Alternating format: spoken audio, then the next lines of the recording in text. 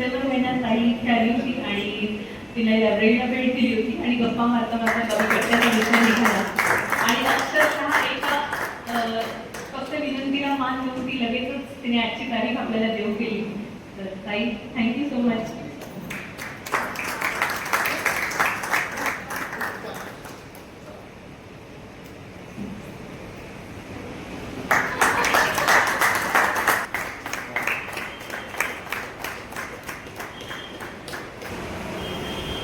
या पुस्तकाचं लेखन थोडीशी पुढे शिकताय.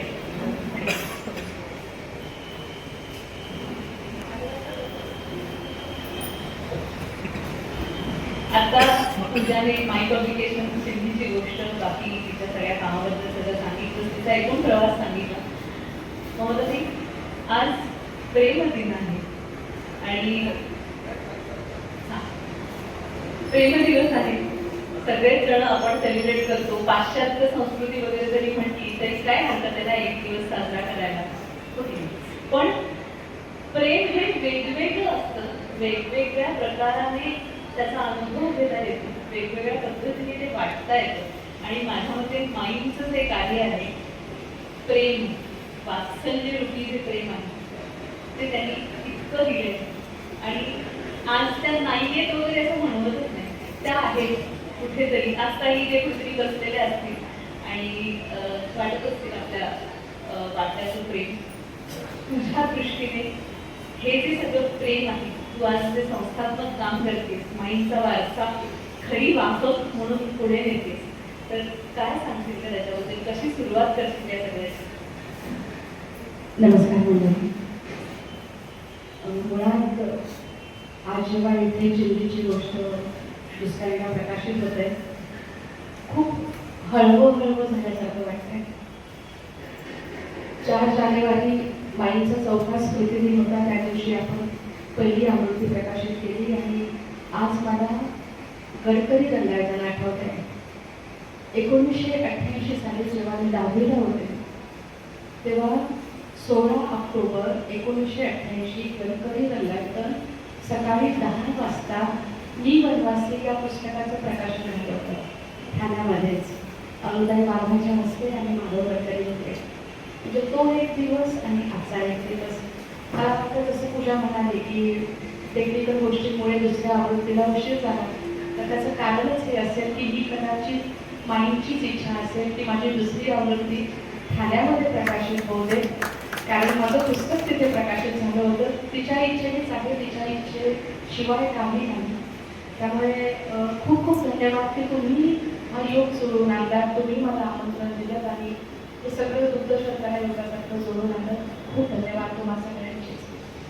बाकी कामाचं म्हणशील तर मला भरभरून बोलायला आवडतं माझ्या कामाविषयी. मुळात एक कवयित्री आणि गजलकार म्हणून शिक्का बसलाय.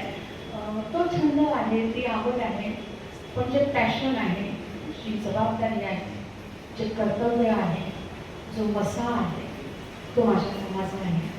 म्हणजे आईच्या पश्चात हा शब्द बोलावाच लागतो कारण अपरिहार्यता आहे ती. पण आयुष्याचे 2 भाग झाले, एक आई असताना आणि एक आई नसताना.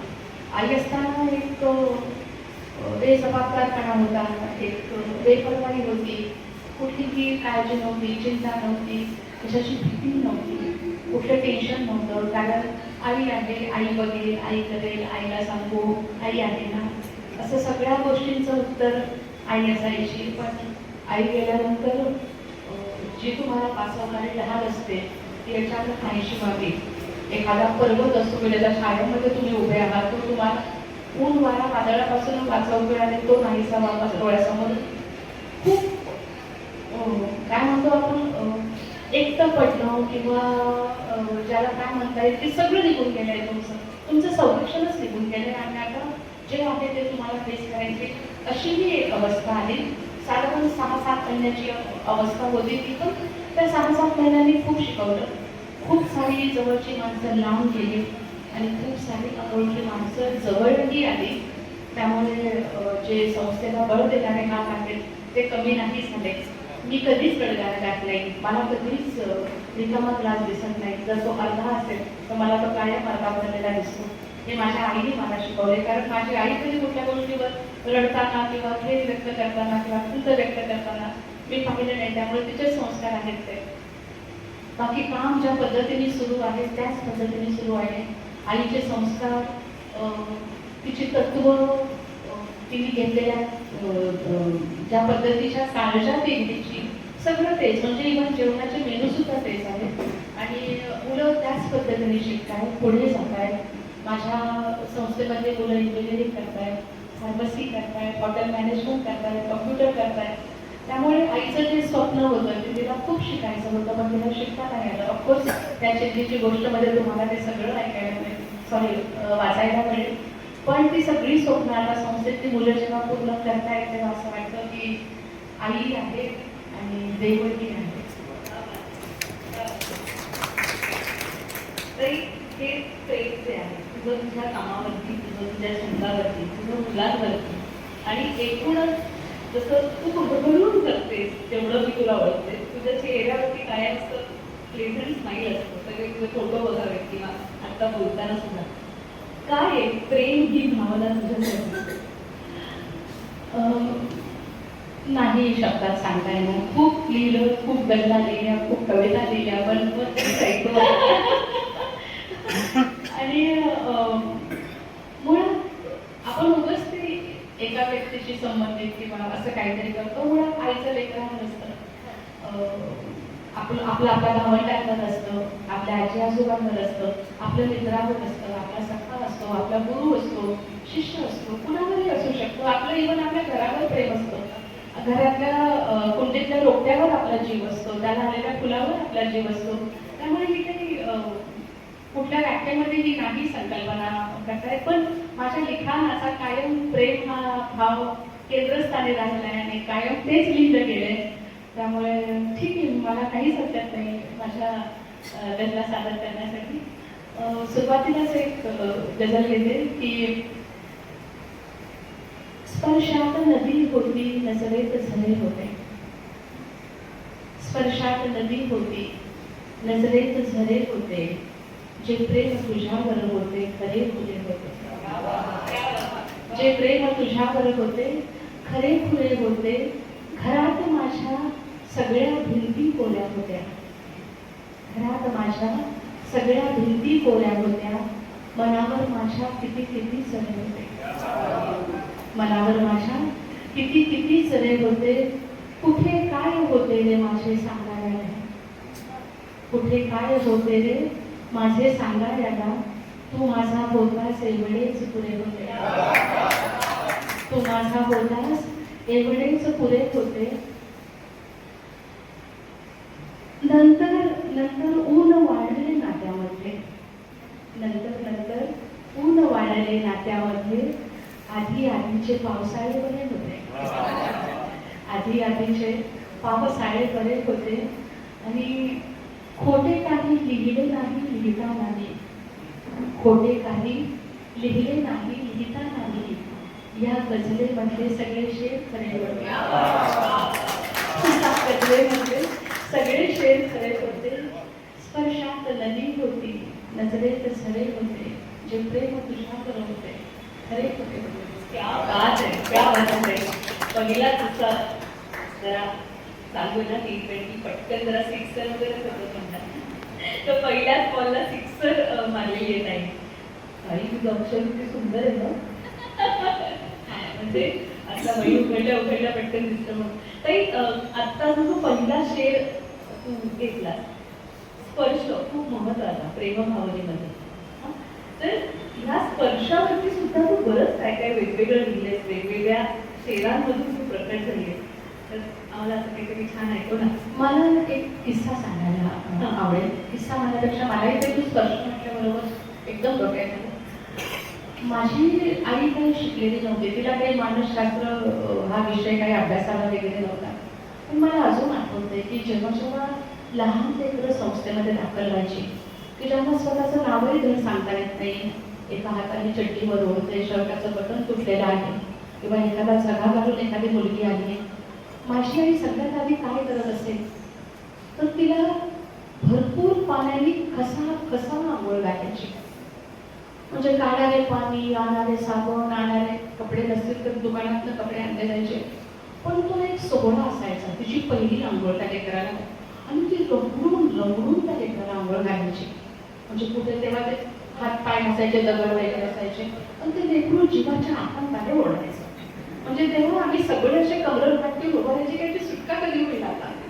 आणि ते केस धुणं, हात धुणं, मान घासणं, गुडघे घासणं, पाय घासणं, मध्येच ते एखादं ते धपाटा मारणं, आणि ती आंघोळ करायची संपली की आमचा जी वाट्याकडची संपली लेकराची आंघोळ त्या लेकराची, ते लेकरू त्याला कपडे घासून सगळ्यात पहिले झोपायचं, झोपून जायचं. आणि ते उठलं की पहिले आई शोधत आईकडे जायचं. हे मला फार उशिरा कळलं. मला तुझ्या फुंकरीनेच फुलणार मी, तुझ्या फुंकरीनेच फुलणार मी, म्हणावेस तू फुलवंती मला, म्हणावेस तू फुलवंती मला, जिथे पाठ फिरवून आले कुठे वेदनेवर वेदनेचे थर मिळाले, मी गुलाबासारखी नवते कधी ती, का मला काट्या मुद्यांचे घर मिळाले. म्हणजे मला असं वाटतं की आईबद्दल कुठे ना कुठे मी लिहिलं गेले माझ्याकडनं. मला हे तेव्हा कळत होतं की हे आईच्या आयुष्याला लागू पडते. पण बॅक ऑफ द माइंड तुम्ही सतत काहीतरी जगत असता, तुमच्या आतमध्ये काहीतरी सुरू असतं आणि ते कुठेतरी लिखाणात निघून जातं. मला वाटतं तुम्ही आईबद्दलच असणार आहे व्यक्ती, कारण चिंतेच्या गोष्टीमध्ये सगळं आहे की जे नको होते मला घरभर मिळाले, वेदनेवर वेदनेचे थर मिळाले, मी गुलाबासारखी नव्हते कधी ती, का मला काट्या कुट्यांचे घर मिळाले, फक्त मेंदूचा भुगा होतोय हल्ली, फक्त मेंदूचा भुगा होतोय हल्ली, हे बरे झाले हृदय कणखर मिळाले, हे बरे झाले हृदय कणखर मिळाले. आणि असे आईसाठी होता की तू सुखासाचे करा होतीस आई, तू सुखासाचे करा होतीस आई, जे मला होतीस तू तोवर मिळाले, जे मला होतीस तू तोवर मिळाले.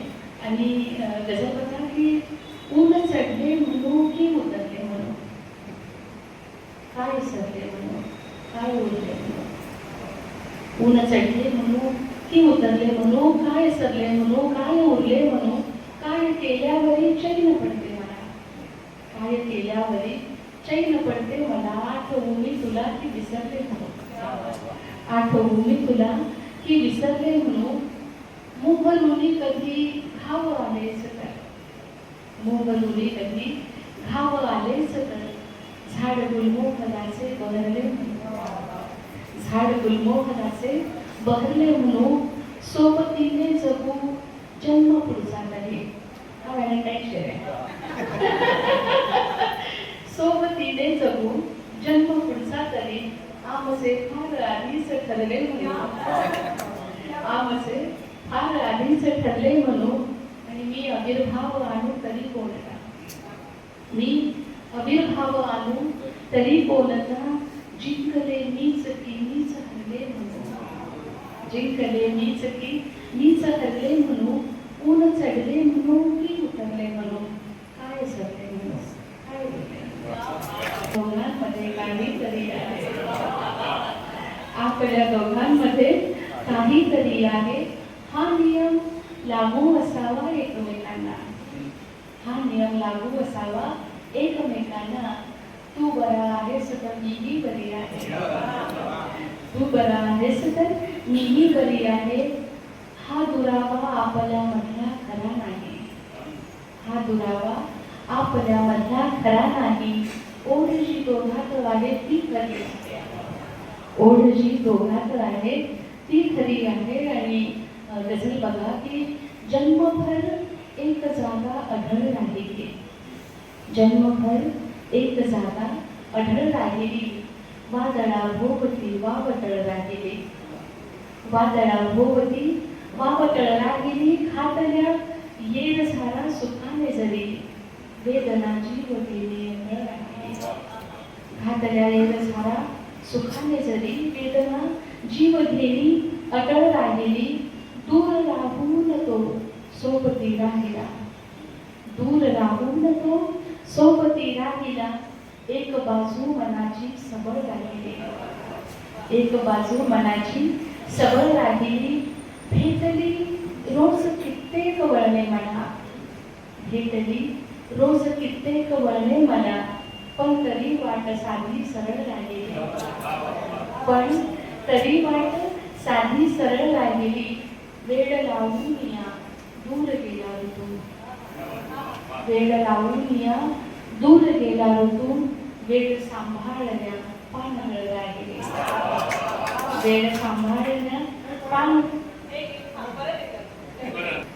तरीही तुझी ओढ वाटे मला, निरंतर मिळाले तर काटे मला, तरीही तुझी ओढ वाटे मला, दुखावू नको रोज माझी मुळे, दुखावू नको रोज माझी मुळे, फुटू लागतील रोज फाटे मला, फुटू लागतील रोज फाटे मला, पुरी रात्र होतास माझ्या सवे, पुरी रात्र होतास माझ्या सवे, असे स्वप्न पडते पहाटे मला, पुरी रात्र होतास माझ्या सवे, असे स्वप्न पडते पहाटे मला.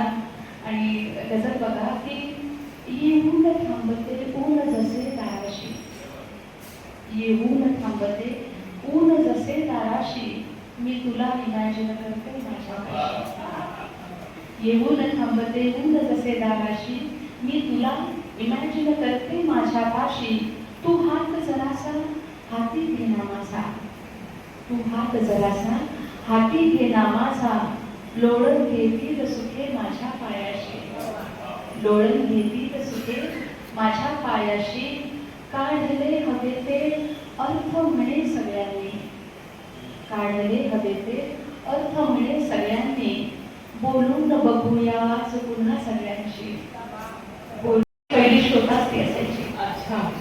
म्हणजे मला बरेचदा विचारलं जातं हे की ही गझल कुठून आली किंवा कधीपासून लिहायला, प्रश्न असतात लोकांना कधीपासून लिहायला लागतात. मुळात 2010 पर्यंत मी ओळी लिहिलेली होती. 2010 पर्यंत मला कविता गझल मी कधी लिहू शकेन हे माहीतही नव्हतं. मला असं वाटतं की आई मला म्हणायची की तू रक्तावर नाही ममता, तू दुधावर लिहितेस. हे कायम आई मला म्हणत आले, त्यामुळे तिच्या दुधातून ते असावं. कारण आईची एक कविता सांगते म्हणजे तिने लिहिलेली की निखाऱ्यावरी दुर्दैवाच्या पडली चिमणी पिलं, आईने लिहिलेलं आहे. निखाऱ्यावरी दुर्दैवाच्या पडली चिमणी पिलं, कवटाळून हृदयासी त्याला मी आईचं प्रेम दिलं, म्हणजे पिलं आणि दिलं. सदाभुकेचा कहर माजला अन्न मिळाले कधी, चार घास मागाया आले तुमच्या दारामध्ये. हे आईने लिहिलंय.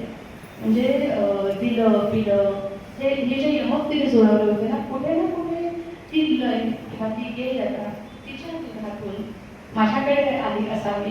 आणि 2010ला जेव्हा माझा गुरु सुधीर मोळी त्याला असं वाटलं की मी गझल लिहू शकेन, तर त्याने ती लिहून घेतली माझ्याकडनं. आणि आधी तर मुक्तछंदच लिहित होते, पण नंतर असं वाटायला लागलं की नाही आपण लिहू शकतो. आणि मुळात ज्यांनी मला वाचलं किंवा वाचत राहिले, ज्यांनी ॲप्रिसिएशन दिलं, ज्यांनी त्यातल्या खाचाखोचा शोधून काढल्या, मुळात हे सगळं श्रेय त्यांचं आहे, माझं काही नाही. मी निमित्त आहे, हे सगळं येणारच होतं, हे सगळं होणारच होतं. पण हे आई आहे. आणि अजूनही मला एकाने विचारलं होतं की गझल म्हणजे काय. मलाही हा प्रश्न काय पडायचा की गझल म्हणजे काय. आणि मी आमचे अण्णा सुरेश कुमार बैराडकर, सुरेश भट म्हणजे सर्व त्यांना जर विचारलं होतं की अण्णा गझल म्हणजे नेमकं काय हो, तेव्हा अण्णाने मला सांगितलेलं की गझल हा काव्यप्रकार असा आहे होण्याचा की त्या दोन ओळींमध्ये एकतर टोकाचा विरोधाभास असतो किंवा कमालीचं साधन असतं. अशा त्या दोन ओळींचा मिळून एक शेर बनतो आणि अशा 5 ते 6 शेरांची मिळून गझल बनते. आता कमालीचं साधर्म्य किंवा टोकाचा विरोधाभास हे दोन शब्द जेव्हा येतात तेव्हा मला माझ्या आईचं आयुष्य परत एकदा डोळ्यासमोर दिसतं. कारण ज्या बडनेरा रेल्वे स्टेशनवर माझ्या आईने कधी काळी भीक मागितली होती.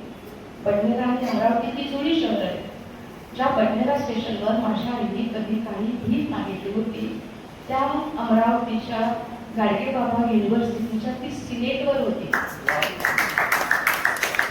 किती निर्णय असू शकतो एखाद्याच्या आयुष्यात. आणि तिचं जे आयुष्य आहे, तिची जी समाजसेवा आहे, तिचं जे काम आहे, ते कायम मला असं वाटतं की तिच्या जगण्याच्या उणीवेतून आलेलं आहे. तिला जे जे मिळालं नाही ते ती देत आहे. तिला जे जे करता आलं नाही ते मुलांनी करावं हा कायम तिने अट्टाहास ठेवला, कायम तिने प्रोत्साहन दिलं. म्हणजे ती तिच्या दुःखाचे, तिच्या वेदनेचे, तिच्या व्यथेचे चेहरे जिथे तिला मिळत जातील तेथे सगळे ती आपलेसे करत गेली. म्हणजे ती साधर्म्य शोधत गेली. व माझी आईच गजर आहे. आणि माझी आई